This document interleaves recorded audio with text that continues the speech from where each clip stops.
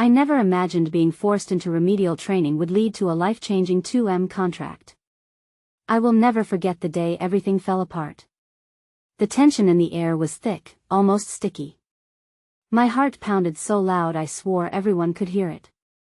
My hands trembled as I sat in the cold, unwelcoming room, surrounded by faces of disappointment and judgment. Each person seemed to mirror my own anxiety, an uncomfortable symphony of shared dread. Believe me, I had fought tooth and nail to avoid this.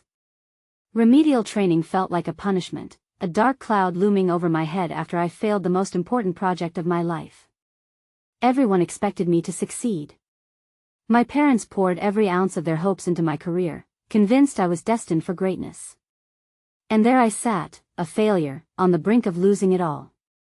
The silence was suffocating. It pressed down on me, constricting my chest, as I recalled the disappointment in my mother's eyes.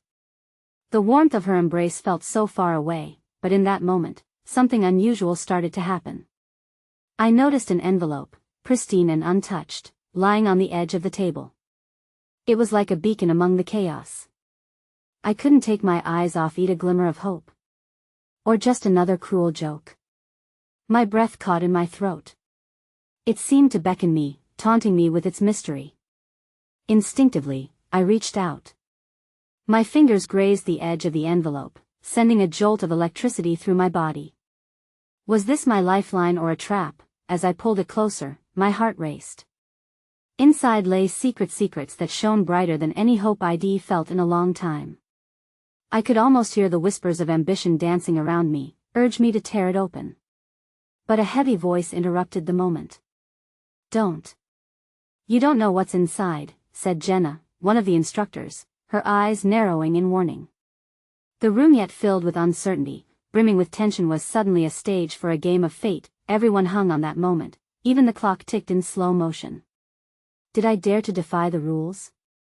What if this was what I needed? Or was I walking down a path that led to even more destruction? I could feel our collective breath hitches of anticipation and fear as I grasped the envelope tighter, feeling the weight of the decision crashing down on me like a violent wave. Hey, before we continue with this amazing story, I need to give you an important heads up. Many subscribers have reported that YouTube unsubscribed them without warning. Take a quick second to check the red button below to make sure you're still subscribed to the channel. I'd hate for you to miss any of the exclusive content coming soon. And while you're there, smash that like button, it really helps me out with the algorithm. Oh, and tell me in the comments, which city are you watching from? I love getting to know every amazing person who's part of this community. Your participation makes all the difference. Let's connect. The remnants of uncertainty hung in the air like fog, weighing heavy on my shoulders. I glanced at Jenna, her eyes holding a mixture of concern and something darker. I could hear the murmurs from the other students, a blend of curiosity and disbelief. The instructor's warning echoed in my mind as if it were a mantra meant to ground my spiraling thoughts. Normally, I would listen, but what if this meant everything for me? With a deep breath, I broke the silence. What if it's a chance for redemption? What if it can change everything? The words felt foreign on my tongue, tinged with a desperate yearning that I couldn't contain. I slid the envelope closer, eyes wide, daring myself to be brave. The familiar aura of dread wrapped tighter around my heart, but something else, a flickering hope, darted to life within me. What's so special about the letter? One of the other students, Mark, now had his eyes on me, curiosity momentarily overshadowing his own fears.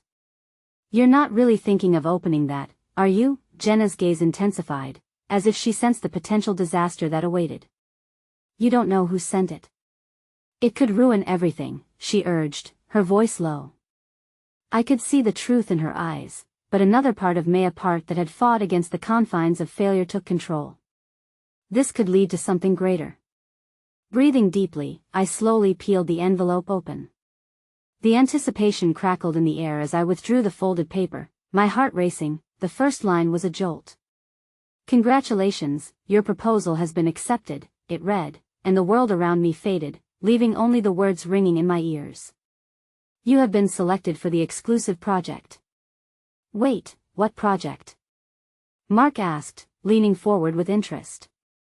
My pulse thundered as I scanned the rest of the message. It elaborated on the project that could pave the way to a $2 million contract, one that came with significant risks and challenges. A chance to not only redeem myself but to bring my family's hopes back to life, but it was also a gamble. If I failed, it wouldn't just be my career on the line. The weight of disappointment could shatter what was left of my already fractured relationship with my parents. Do you even know what you're getting into? Jenna spoke again, her voice rising above the soft gasps in the room. What if this leads to more failure? You can end up worse off than you are now. But the thrill of possibility surged through me. My mind danced with thoughts of what this could mean. It's a chance, I whispered, as if trying to convince myself.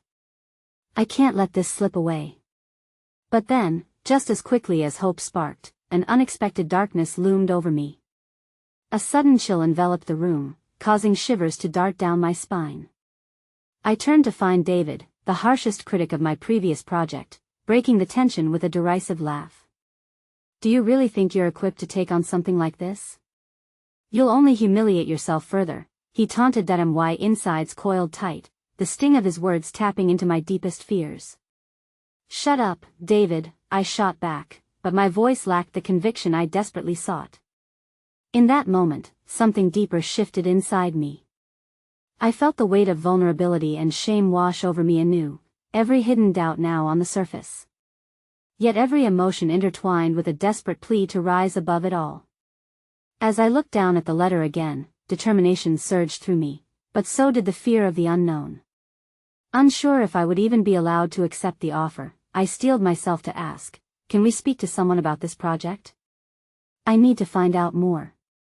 Jenna's face softened slightly, the frayed edges of her sternness revealing empathy.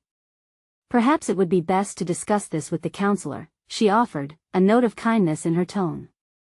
We can see if they can help you navigate the next steps, and just like that, a sliver of hope appeared amid the chaos, a reminder that even in despair, unexpected kindness could still breathe life into choices.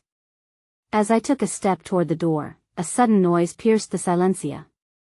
Phone buzzing with urgency. I turned to see Jenna's expression change, her anxiety transforming into something foreboding as she answered.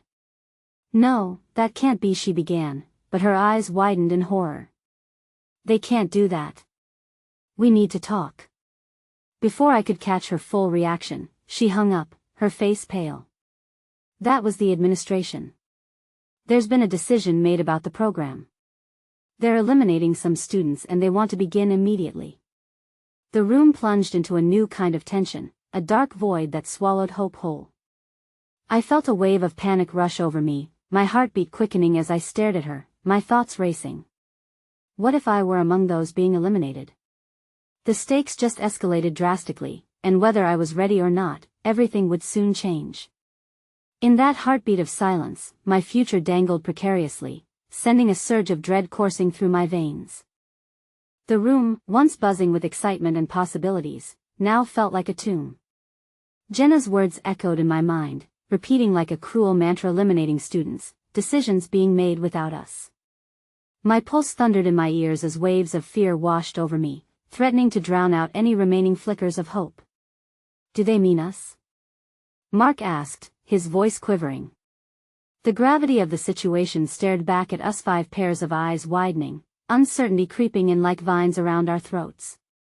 Jenna's composure cracked under the weight of the news.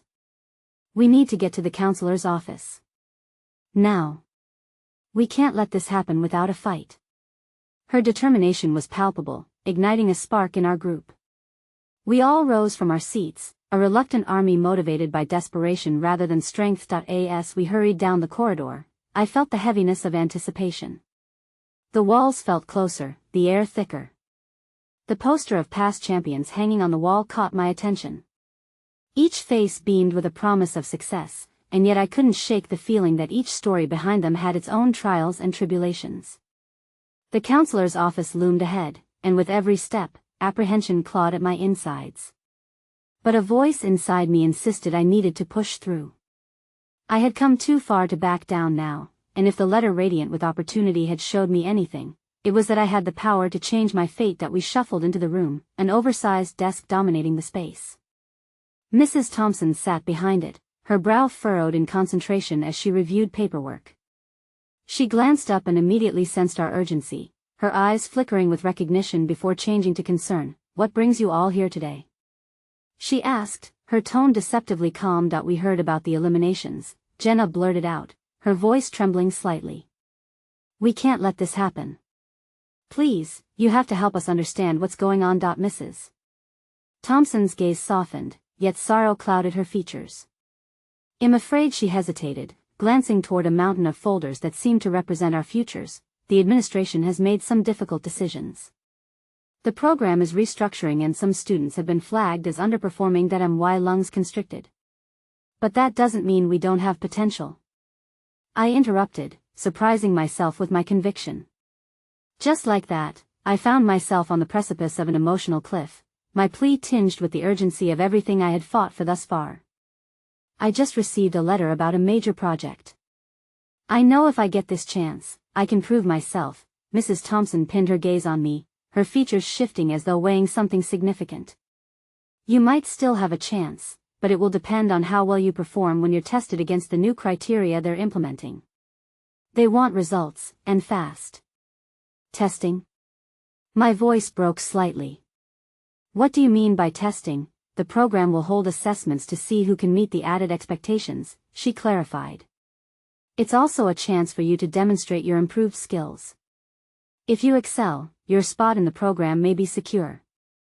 If not." Her words hung in the air, heavy with foreboding. "Can we know what metrics they're using?" Mark asked, nervously adjusting his glasses. Mrs. Thompson replied, "I unfortunately don't have all the details yet. It's the administration's call. But you can prepare yourselves in the meantime. There is little time before decisions will be made." The weight of it settled over me like a dense fog. I felt Jenna's hand clasp mine, offering silent support, yet my mind spiraled with the possibilities of failure looming over me like storm clouds ready to unleash. As we left the office, a buzz began to spread through our group, the silence fading to anxious chatter. It felt like an unspoken vow that we would tackle this challenge together, a nucleus of resilience forming amid our shared fears. Still, I couldn't shake the chill of doubt curling around my resolve. Success felt so out of reach, coupled with the reality that I might not even get the chance to shine if I didn't prepare properly. Walking toward the exit, the atmosphere was palpably charged with anxiety. Mark's phone buzzed again, breaking the tension. He paused and glanced at the screen, his expression shifting from concern to bewilderment. "Guys, you need to see this. I just got a notification from the administration. Apparently, they're going live with the testing schedule and results might be shared publicly." The blood rushed from my face. What? The thought of my failures being laid bare for everyone to see ignited a new wave of anxiety. I thought of the letter, the family disappointment looming, and Jenna's unwavering support. I was at a crossroads, and the stakes had just erupted into a whirlwind of chaos. A new challenge was upon us, and as I stepped into the hallway, I realized I had a choice to make. Would I let fear paralyze me, or would I rise to confront what lay ahead? With the hall echoing dangerously with uncertainty, one critical thought consumed me. Did this path lead to the redemption I so desperately sought, or would it unravel every hope I had clung to? The next few days blurred together in a cacophony of anxiety and determination. Each morning, I woke up to the distant ringing of my alarm clock, its sound dissatisfied to pull me from the fragile peace of my dreams. The prospect of being publicly tested loomed over me like a giant shadow. Everything I had worked for hung by a thread, swaying precariously with the slightest whisper of doubt. Our small group formed an unlikely alliance, fueled by the urgency of the situation. Jenna, Mark, and I met every evening after school to study, our laughter mingling with hushed worries. Despite the abundant fear surrounding us, I began to cherish these moments, the shared determination binding us together like threads in a tapestry that reflected our hopes. One afternoon, we sought refuge in the school library, its tall shelves filled with countless stories, each one a testament to struggles faced and conquered. The scent of old books enveloped us, creating a cocoon that shielded us from the outside noise. A few hours in, I noticed Mark's posture slumping, a troubling fidget in his fingers as he flipped pages aimlessly. "Hey, you all right?" I asked, concerned. He blinked, finally meeting my gaze with a mixture of determination and vulnerability. "I am just worried about my grades." With the way things are going, I'm afraid my family will be disappointed if I don't make the cut. Earnest silence fell over us, our hopes dangling like fragile ornaments on a bare tree. I knew that fear all too well, the pang of inadequacy that pricked at my confidence. I squeezed his shoulder, feigning strength I felt barely there. We're in this together, Mark. We'll help each other get through it, yes. Together, Jenna echoed, her eyes fierce, igniting a surge of mutual promise. As the weeks passed, I worked relentlessly, though self-doubt whispered in my ears like a relentless siren. I piled books high on my desk, created color-coded study schedules, and filled notebooks with frantic lines of prose that sometimes remained unfinished.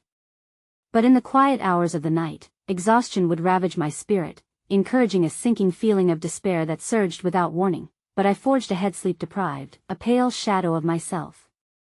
There were fleeting moments that sparkled amidst the monotony. One day, after an especially grueling session, Jenna surprised us with homemade snacks, delightfully gooey brownies, rich with chocolate, somehow infused with warmth that broke through the haze of my fatigue. We laughed and devoured the treats hungrily, momentarily forgetting the weight pressing down on our shoulders. Those moments felt like flickers of hope, reminders that kindness and camaraderie could spark light even in the darkest corners of our insecurities. As the date of the first assessment neared, I started to dream again, imagining not just surviving, but thriving. The vibrations of hope echoed through me, but beneath it, trepidation twisted in my gut.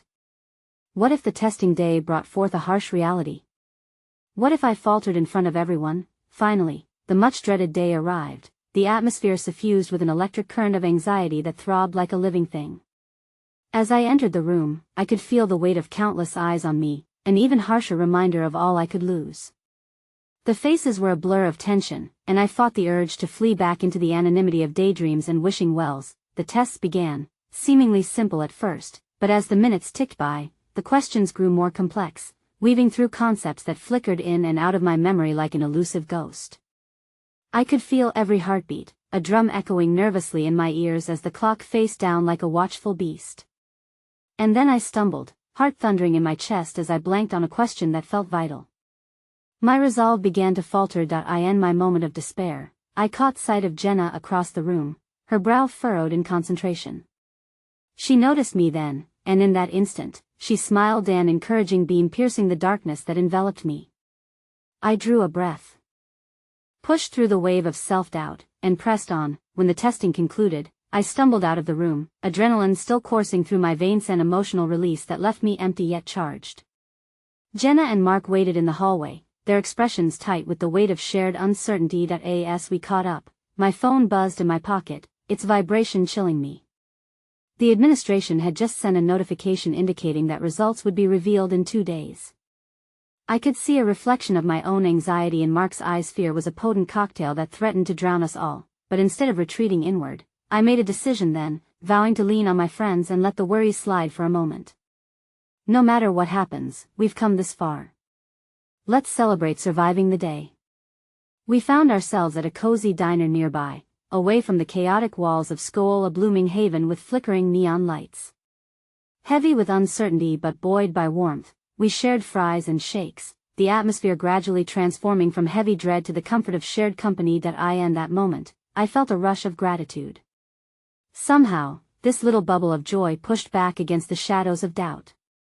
I sensed flickers of hope along with the tightening in my chest, where the desire to rise against the odds brewed. But as laughter erupted over the din and the stark realities of our impending results felt distant, a notification pinged on my phone. The administration had just sent another message.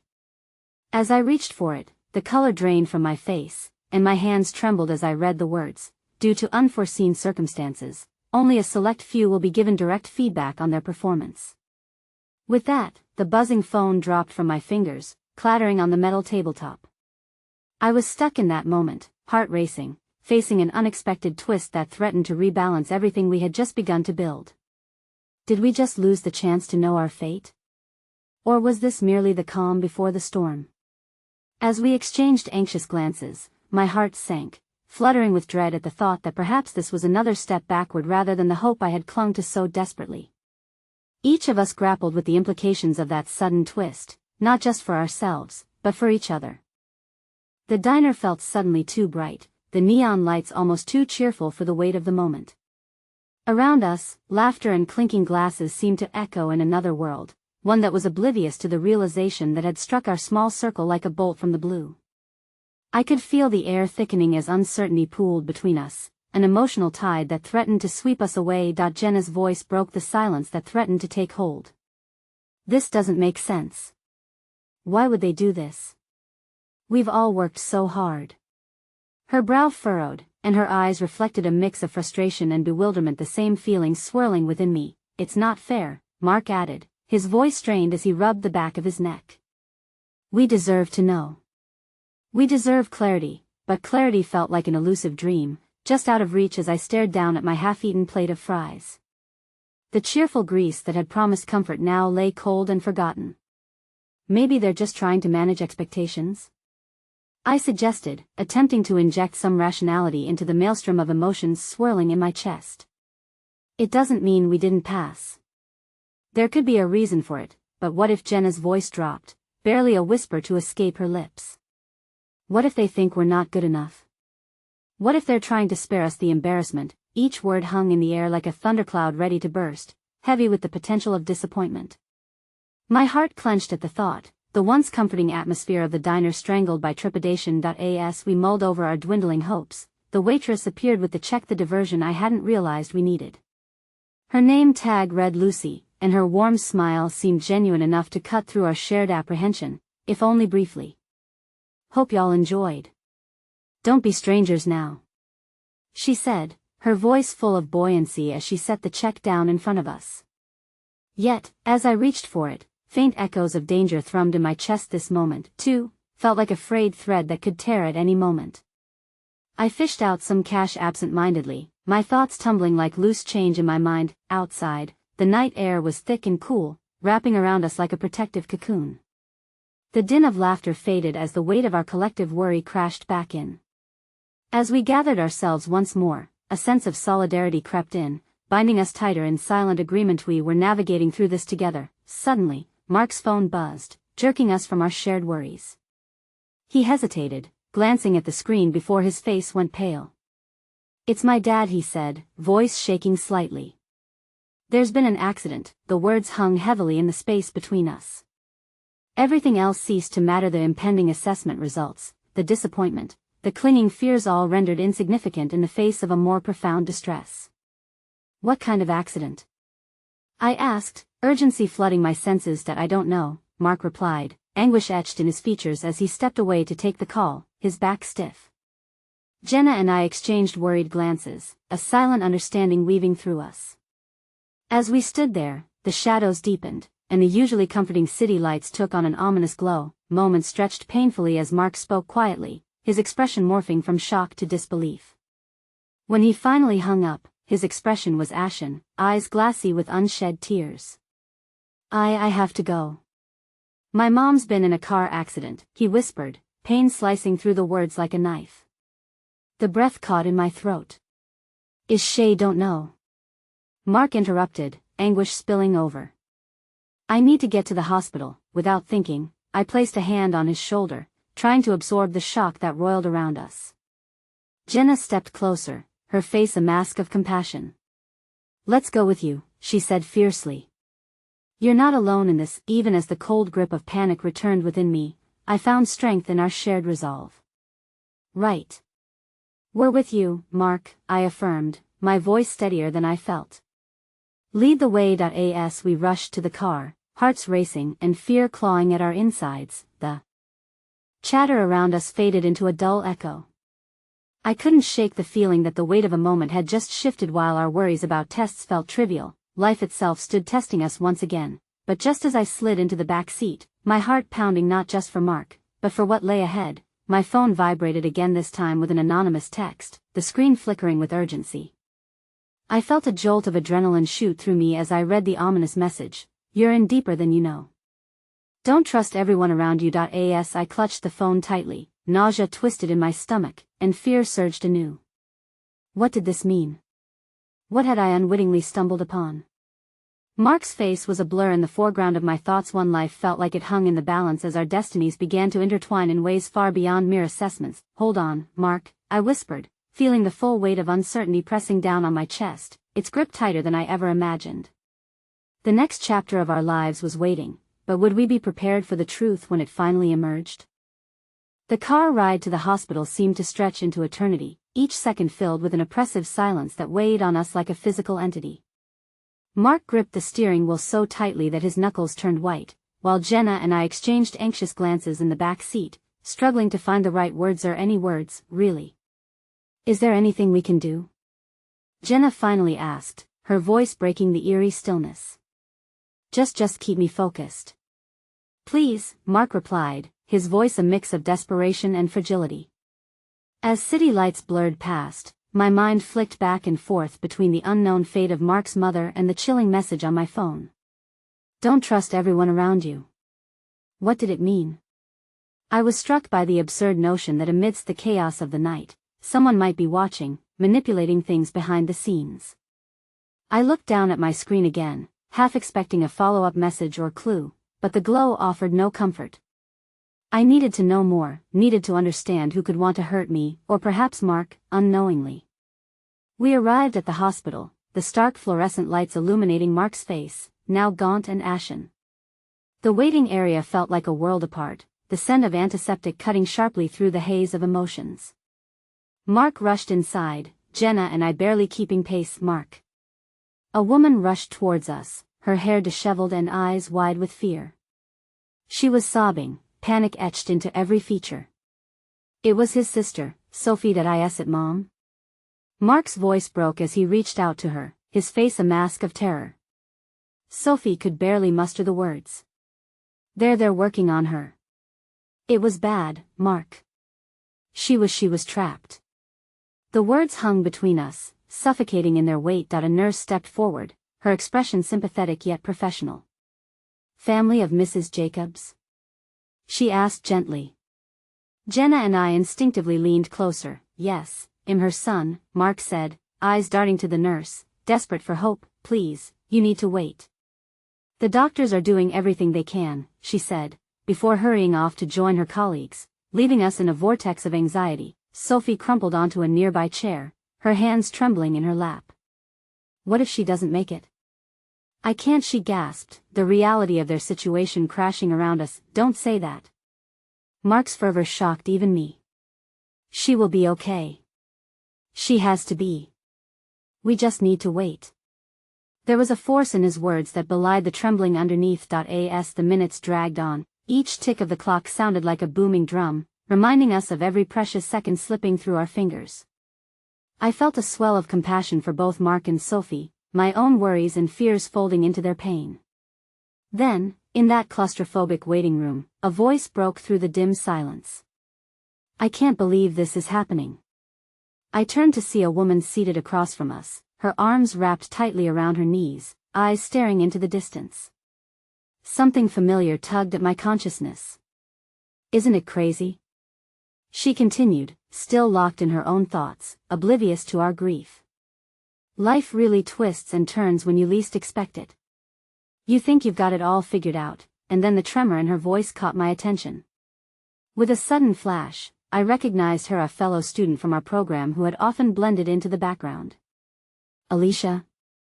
Right?" I asked hesitantly, unsure of what to expect. She looked at me, momentarily surprised, then dropped her gaze.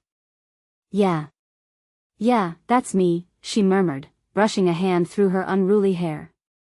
"Just thought I'd be here for a friend. But life, you know."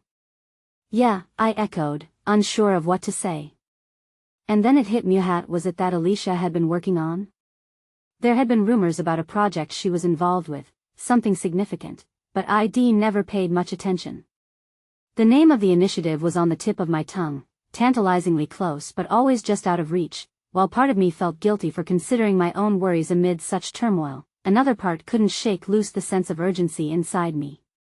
I had to know what this connection meant, if it could piece together some part of my unraveling reality. "All the training we're doing," I began, trying to steer the fragile conversation to a place I could grasp.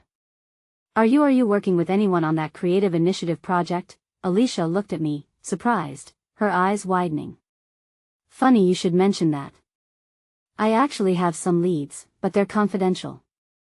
They told us we may get significant funding, possible breakthroughs for the program. As she spoke, I was struck by a glimmer of excitement buried beneath the fear.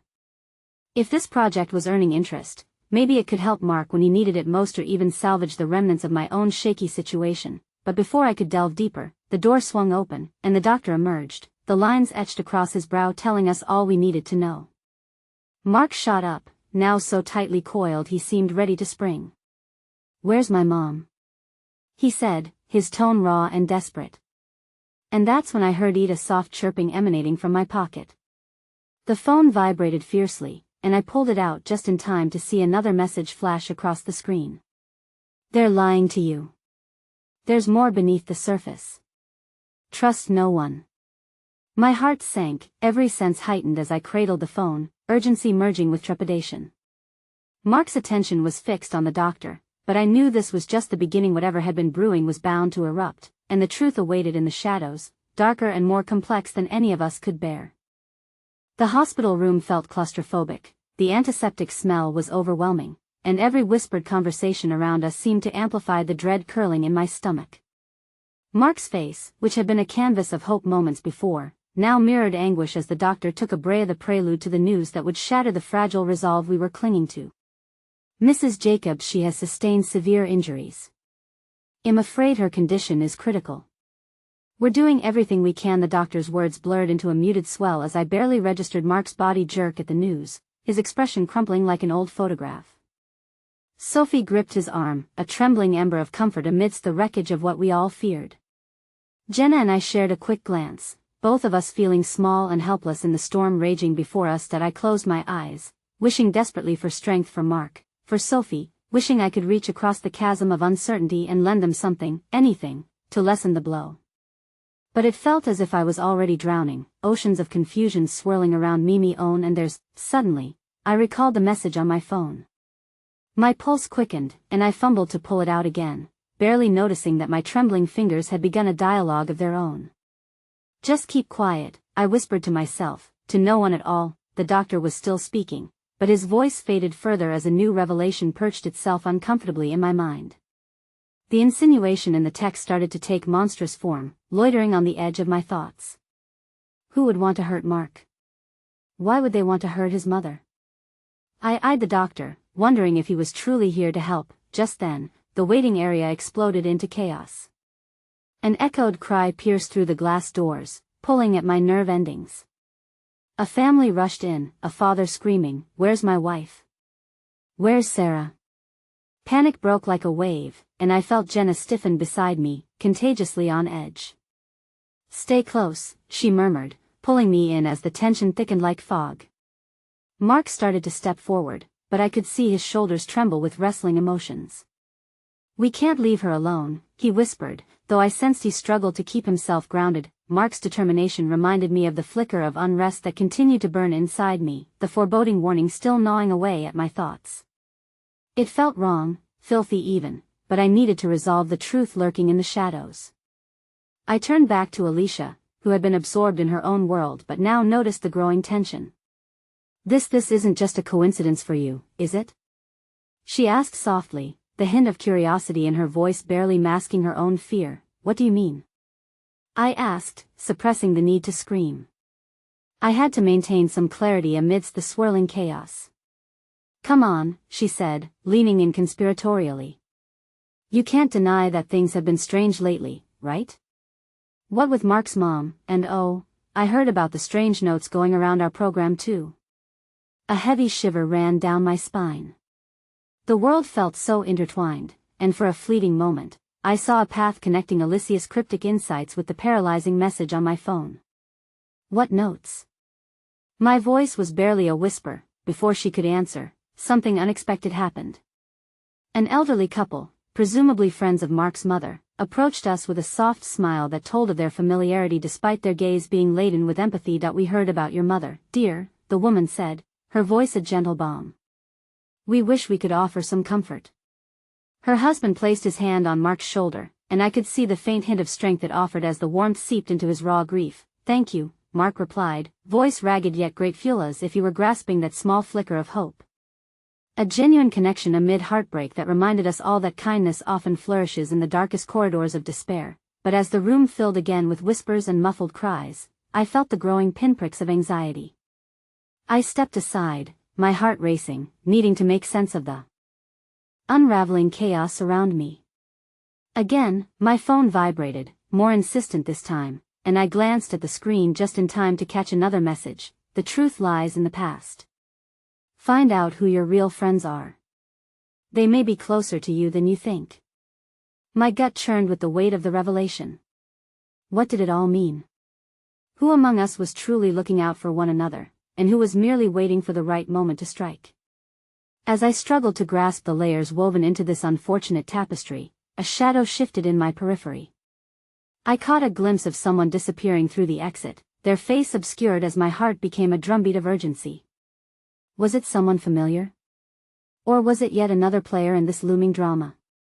Instinct kicked in, and before I could think of the implications, I made my way toward the exit, needing answers before the truth devoured us all, Mark, Sophie, and myself. I found myself at the threshold of a complex web of sorrow and secrecy, so much more than any of us had bargained for. What awaited on the other side was anyone's guess. Stepping outside into the dimly lit corridor, I felt a rush of cool air collide with the heat of anxiety pooling at the base of my spine. Each breath tasted of iron, an unsettling reminder of the hospital's dire circumstances that followed me like a shadow. I glanced back over my shoulder, half expecting to see Jenna or Alicia trailing behind me, but they were absorbed in another conversation, leaving me alone with the echoes of my racing thoughts. The person I'd seen leave was nowhere in sight, a fleeting specter swallowed by the uncertainty of night. Something felt wrong, like a discordant note that lingered in the air long after the song had ended. I pressed forward, moving to the entrance lobby that led to the outside world, the space suddenly feeling too vast for my frail grasp on reality. Who would hurt Mark's mother? I repeated softly, almost to convince myself it was simply a fear navigating through a fog of grief. But the text message sat heavy in my pocket, a weight I couldn't ignore. I couldn't be the only one sensing a heaviness among us, a deceit draping over our casual conversations like a shroud. Outside, the sky was textured with early evening hues, turbulent clouds hanging low as if the universe itself was mourning. I leaned against the cool glass, immersing myself in the last flickers of daylight, hoping for clarity. The fluorescent lights inside cast a sterile glare that felt foreign against the warmth around me, and it was in that moment that I began to appreciate the beauty of human connection. Out of the corner of my eye, I noticed a figure approaching, an older woman with silver curls and deeply etched lines tracing her smile. In her hands was a tray filled with steaming cups of tea. She settled into the seat next to me, looking out at the hospital's main entry while the warmth of her presence exuded a strange comfort amidst the chaos. "It's hard, isn't it?" she said, her voice a soft melody against the background hum of the hospital machinery. Waiting, feeling helpless, that I couldn't help but nod. "It is. I don't understand how things got so complicated. There's so much pain, and I wish I could change it." She offered me a cup, and I accepted it gratefully, the warmth infusing a sensation of solace through my cold fingers. Sometimes, life throws us into storms we never anticipated. All we can do is find the shelter of each other, she advised, her gaze steady as if she had weathered more than her share of storms. "That I wish I could be that shelter for Mark, for Sophie," I murmured, my voice trembling slightly as vulnerability surfaced. "But right now, I feel like I'm losing my grip." "Hold on to hope. It has a way of surprising you when you least expect it," she replied, tapping her cup gently against mine before taking a sip. "Every connection holds power, even the bonds formed in the darkest hours." The earnestness in her words seeped into my soul. Perhaps she was right. Perhaps it was in the threads of togetherness that we'd find our way back, a glimmer of hope refusing to be swallowed by despair. Just then, a commotion erupted from the hospital entrance. A group of people huddled close, and I could see flashlights cutting through the growing darkness as frontline officers sprang into action. My heart sank. Was something else wrong? Was this chaos about to ripple into our lives again? The elderly woman shifted beside me, her concern palpable. "I think you should check. It sounds serious." With reluctance, I stood, leaving behind the warmth of her tea and wisdom. As I pushed towards the thrumming noise, the knot in my stomach tightened. "What now?" I whispered, trying to push through the crowd. As I squeezed forward, I caught sight of a familiar figure, a young woman with brown curls frantically rummaging through her oversized bag, her face painted with distress. Where is she? Where is Sarah? Before the truth could resonate, I recognized her, a childhood friend of Mark's. Heart pounding, I reached for her arm. What's going on? Is she okay? Something happened. They think she was looking for help, her voice quavered, tears welling in her eyes. She didn't make it back. I can't find her. A visceral shock jolted through me as the implication crashed against the lingering remnants of hope. Had Mark's mother been in danger before the accident? Was this all connected to the unknown threat silently lurking in our lives? I turned back towards the hospital entrance, realization striking hard. The truth was deeper than I had dared to uncover. Anxiety spiraled within me as I took in the gasps, the shrieks. This was no longer just about one person's pain. An entire web of fear had ensnared us all, and I could feel the shadows drawing closer, threatening to engulf everyone I loved. And somewhere in that chaos, a malicious corner of my mind whispered, what if the enemy had never left? What if it was closer than we ever imagined? That thought lingered ominously as I caught the glint of a sharp object being pulled from someone's pocket, a flash of intent that sent my heart spiraling anew. Emotions warred within me: fear, anger, bewilderment, and no matter how tightly I gripped my resolve, the distance between us and the truth felt insurmountable. One thing was certain: I had to know more, uncover what was hidden in the underbelly of our lives. Before I could process it fully, chaos erupted anew, and with my heart racing, I braced myself against the gathering storm. The air in the hospital lobby thickened with tension, resonating with urgent shouts and footsteps hastily retreating from a shadow I couldn't yet see. My heart tightened in my chest, tightly wound like a spring ready to snap. An underlying dread told me I wasn't merely an observer, I was now undeniably a part of this burgeoning crisis. That I took a shaky breath, clutching my phone tighter as I forced myself into the thick of the crowd. Muffled voices bounced off the sterile walls, a discordant symphony of fear, and I almost lost my footing in the rising chaos. The crying girl remained at the center of my attention, a beacon of anxiety that screamed of desperation. Someone has to know, she shouted, tugging at the arm of a nearby officer who seemed just as bewildered as her. She was sick. She could be in danger. We have to find her. Ma'am, please step back. We're doing everything we can, he replied, though his voice lacked the confidence to quell her panic. I positioned myself closer and caught the officer's eye. I think I can help, I blurted, eyes darting around, searching for a way to be of use amidst the swelling tide of dread. He nodded reluctantly, allowing me to slip closer to the mourning girl. Please, what do you know? I asked, my voice a low murmur, barely rising above the unsettling hum around us. She said something strange before she left the hospital. She thought someone was following her. I feel like I should have stopped her. The young woman's gaze was frantic, desperation twisting her features. If she's lost, clarity marred the chaos. What if Mark's mother, Sarah, had sensed a threat, long before any of us recognized it?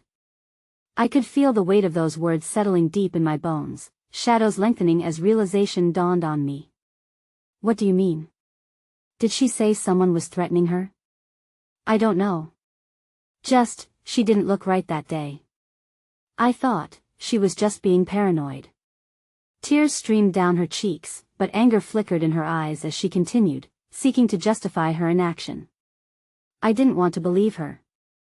None of us wanted to believe something could happen. Simultaneously haunted and galvanized, my chest constricted as fragments of her fear ignited my own. I couldn't just stand by, not anymore. We have to find her, I insisted. The sense of urgency clung to me like a second skin. Nearby, the chaos climaxed as a figure burst through the hospital doors, breathless and fraught with purpose. Lily. I found her. A gravelly voice cried out, bringing with it a swell of adrenaline coursing through me. I pushed through the crowd to get a clearer sight. The officer who had been stationed there flicked on his flashlight, illuminating the figure of a small girl, her wild eyes mirroring the intensity of the moment. There. She's safe, he affirmed, a hint of relief coating the tension in his voice. Yet, as we drew closer, I felt a cold knot form deep in my stomach. The girl's clothing was torn, dirt smudged against her skin, a raw wound on the knuckles where fear had clearly clawed its way through her reality. I saw her. She gasped. She fell. They shoo, it's okay. You're safe now, the officer murmured, voice steady as he wrapped his arm around her shoulders, but it was too late. Fear had already seeped into her bones, and anxiety coursed through the onlookers like a contagion. Lily's hand clutched at mine, sweaty and trembling, anchoring me as I quickly processed the words. The adrenaline that had once surged now receded, leaving only exhaustion behind. What did you see? I pressed, needing clarity amidst the chaos. Her gaze darted over my shoulder as if reliving a moment I couldn't grasp. The distant shadows of fear whispered in my ear once more, twisting my gut with urgency. There was someone. They were following her. As the truths bubbled to the surface, another presence gripped at my instincts. The woman who had offered me tea earlier caught my eye across the distance. She stood at the edge of the stream of frantic officers, watching like a wary sentinel, deep lines of concern carving into her face as she recognized me. Get away from here, she screamed, the rawness of urgency cutting through her normally warm tone. It's not safe. You don't know what they want. My heart pounded in my chest. Her words hung in the air, dangerously poignant. It felt like destiny colliding with reality, as if the world had tilted on its axis. I turned to look back at Lily just as a figure emerged from the shadows nearby, clad in dark clothing, eyes cold and piercing like shards of ice. But just as quickly, my view was obscured by an unsuspecting huddle of frantic hospital staff rushing past. Jenna and Alicia's faces broke through the crowd, their expressions a frantic mix of worry and determination. They were searching for me, their presence somehow a balm against the storm that swirled around us. In this gripping moment, I realized the dangers were not just lurking in the dark, they were infiltrating every part of our lives. Before I could step forward towards my friends, the crowd erupted anew as the officer yelled for order, his voice straining against the chaos. I was torn between my desire to rush to Jenna and Alicia and my instinct to uncover the truth behind Sarah's perilous situation, the shadows inching closer around us like a trembling promise. The chilling thought echoed in my mind, was this all spiraling out of control, or had we just uncovered the tip of a dark iceberg? Then, right as the realm of reality seemed unbearably heavy, I felt the faintest whisper of my phone vibrating in my pocket. I pulled it out, my breath hitching as I saw the message flashing on the screen, stark against the chaos. We know what you're looking for. And we're not done with you yet. With those words hanging heavy in the air, everything shifted. The space between longing for safety and confronting the storm narrowed irrevocably, leaving me standing on a precipice I had never chosen to approach. I stood frozen, my heart racing as the gravity of the message sank in, gripping me tightly like a vice. The storm within thrashed against the weight of uncertainty, and around me, chaos danced in shadows. Hushed voices filled with fear, the frantic movements of an anxious crowd desperate for answers. Let's go. Jenna's voice cut through the haze. She was beside me, gripping my arm, her eyes wide with concern. Alicia was close behind, an echo of the worries shared between us as her gaze darted around the room, seeking a way out of the escalating turmoil. Did you get that message too? I stammered, my throat dry. Jenna nodded, urgency laced in her voice. We need to move, now. It's not safe here. As if summoned by her words, the air shifted. The officer had begun to usher people outside, and I felt an instinctual pull to follow, the fear morphing into something sharper and more visceral, but a lingering dread tethered me to the spot, a compulsion urging me to uncover whatever shadow loomed over Mark's Motherto grasp at the flicker of truth buried within this chaos. Before I could rationalize the decision, I blurted, wait. We can help. Mark needs us. The urgency pushed me as I turned, scanning the faces in the crowd, looking for Mark, looking for reassurance that he still had hope left to grasp. As if powered by shared determination, Jenna and Alicia mirrored my resolve. Then we'll help him, Jenna affirmed, her grip tightening on my arm. Our hearts raced together, and we pushed forward, weaving through the stream of frantic bodies pressing against us. Each murmured fear cloaked the air, amplifying the sense of urgency as we desperately sought Mark, needing to bring the three of us together again to rebuild strength and unity. But I couldn't shake the suffocating awareness of threats hidden deep within the swirling crowd. Who was watching? What unseen malice was at play? Then, as we glanced toward one side of the lobby, I saw him. Mark standing outside an emergency room door, shoulders hunched but face steeled with an intensity one hadn't seen before. My heart ached at the sight of his vulnerability morphed into sheer insistence, urge mingled with pain, daring a breakthrough through fear, Mark. I shouted, rushing toward him, my voice louder than the chaos. He turned, eyes glistening and fierce, squaring his shoulders even as they quaked with unspent energy.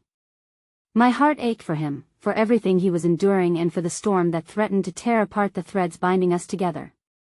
"Where's Mom?" His voice trembled, desperate and raw. "They said she's in surgery, but no one knows anything. She'll be okay," Jenna assured him, stepping forward to stand alongside me, her own hand shooting out to touch his arm, an anchored reminder that we were with him. "We're in this together, Mark. You're not alone." But as he took a staggered step back, I saw something ripple through his gaze, a hardness, a resolve, beneath the ache of all he was suppressing. For a fleeting second, the walls he had built wavered, ghostly remnants of the boy I grew up with battling against the man the world had forced him to become. "We need answers," he said, each word edged with urgency. "There's something more, something happening. You felt it too, didn't you?" His gaze darted to mine, an undercurrent of fear anchoring his urgency, and my heart clenched as I realized he had sensed the darkness lurking just beyond the periphery. "Yeah, I got a message too," I confessed, my voice barely above a whisper. "And it scares me, Mark. It feels like we're being pulled into something bigger than we understand." Before he could respond, the crowd began to shift uneasily, officers pushing people back as the commotion outside reached a fever pitch. Questions began racing through my mind. What were we facing? What did any of this mean? I felt the familiar weight of anxiety pressing down, and my personal mission to clarify truths had collided with the indelible urgency to protect those I cared for. "Mark, we need a plan," I continued, straining to keep my voice steady amid the growing chaos.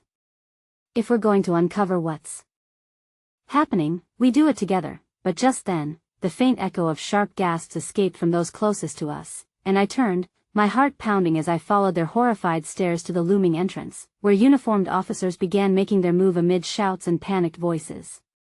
It was a scene from the brink of a nightmare, a place where trust hung tenuously between doubt and dread. Suddenly, the old woman, the one who had shared tea moments before and implored us to leave, caught my eye once more.